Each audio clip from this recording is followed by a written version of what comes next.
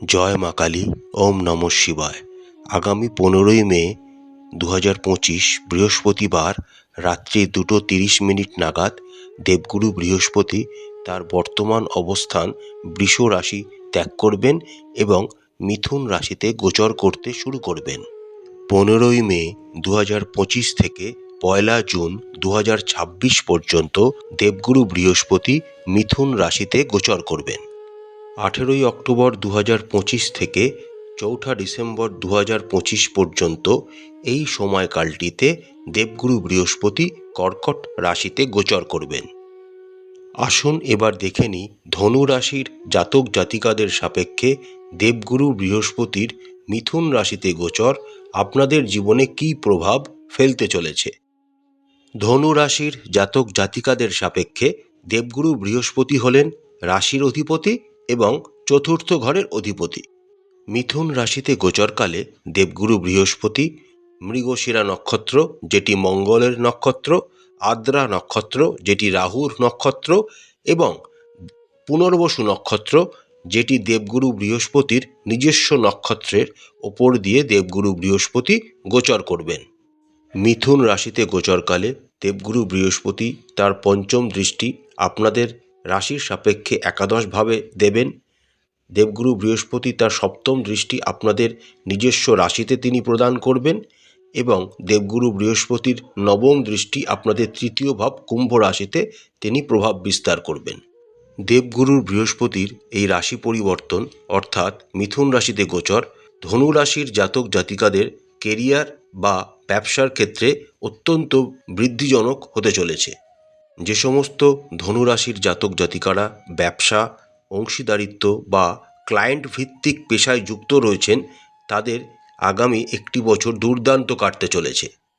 নতুন ব্যবসায়িক কর্মকাণ্ডে সহযোগিতা এবং দীর্ঘমেয়াদী চুক্তি বাস্তবায়িত হওয়ার সম্ভাবনা প্রবল।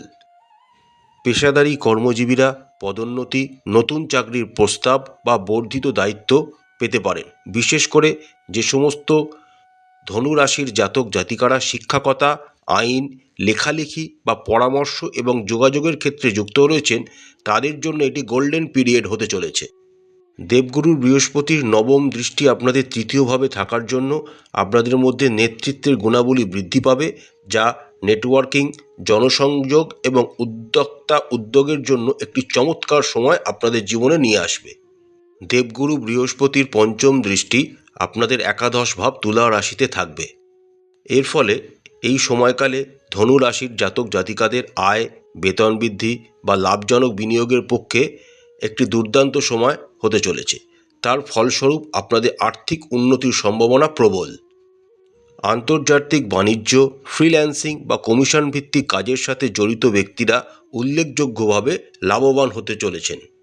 তবে এই সময়কালে ভ্রমণ, আইনি বিষয় বা পারিবারিক দায়িত্বের কারণে কিছু ব্যয়ও আপনাদের হওয়ার সম্ভাবনা রয়েছে, তাই আর্থিক সতর্কতা এবং পরিকল্পনা একান্ত প্রয়োজন। যে সমস্ত ধনুরাশির জাতক জাতিকারা অনেক দিন ধরে ভাবছেন রিয়েল এস্টেট বা দীর্ঘমেয়াদী সম্পদে বিনিয়োগ করবেন তাদের জন্য দেবগুরুর বৃহস্পতি এই গোচর খুবই ভালো হতে চলেছে। ধনুরাশির সাপেক্ষে দেবগুরু বৃহস্পতি আপনাদের সপ্তম ভাব মিথুন রাশিতে গোচর করবেন। সপ্তমভাবে দেবগুরুর বৃহস্পতির উপস্থিতির জন্য আপনাদের বৈবাহিক বন্ধন, ব্যবসায়িক অংশীদারিত্বকে শক্তিশালী করে তুলবে। যদি জীবনসঙ্গীর সাথে আপনাদের কোনো রকমের ভুল বোঝাবুঝি থেকে থাকে তা অবশ্যই এই সময়কালে দূর হয়ে যাবে এবং আপনাদের মধ্যে বোঝাপড়া আরও সুন্দরভাবে ঘটতে দেখা যাবে। পরিবারের সম্প্রীতির আবহাওয়া বজায় থাকবে। আপনাদের পরিবারে কোনো মাঙ্গলিক কার্যও এই সময় হওয়ার সম্ভাবনা কিন্তু দেখা যাচ্ছে। তার সাথে যে সমস্ত নতুন বিবাহিত ধনুরাশির জাতক জাতিকারা আছেন তাদের জন্য সন্তান লাভের একটি অত্যন্ত সুসময় হতে চলেছে। দেবগুরু বৃহস্পতি আপনাদের চতুর্থ ঘরের অধিপতি হিসাবে সপ্তম ঘরে গোচর করবেন। এই সময় আপনাদের সাংসারিক জীবনও খুব ভালো থাকবে। এই সময় আপনারা কেউ সম্পত্তি কিনতে পারেন যা দীর্ঘমেয়াদী আপনাদের লাভবান করবে। ভাই বোন এবং বর্ধিত পরিবারের সদস্যদের সাথেও আপনাদের সম্পর্কের অনেকাংশে উন্নতি ঘটবে।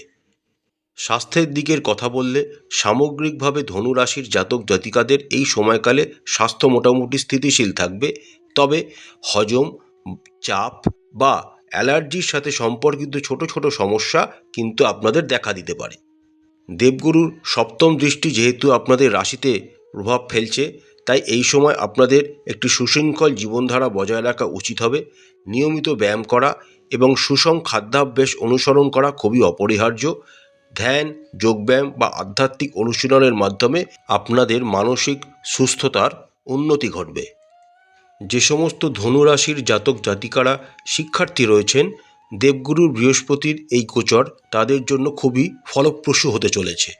দেবগুরুর পঞ্চম দৃষ্টি আপনাদের একাদশ ভাবে থাকবে। একাদশ ভাব হলো ইচ্ছা পূরণের জায়গা, অর্থাৎ যে সমস্ত শিক্ষার্থীরা অনেক দিন ধরে প্রতিযোগিতামূলক পরীক্ষার জন্য প্রিপারেশন নিচ্ছেন এবং অনেক দিন ধরে সরকারি চাকরির পরীক্ষার জন্য চেষ্টা করে যাচ্ছেন, তাদের জন্য কিন্তু এটি খুবই ভালো সময় হতে চলেছে।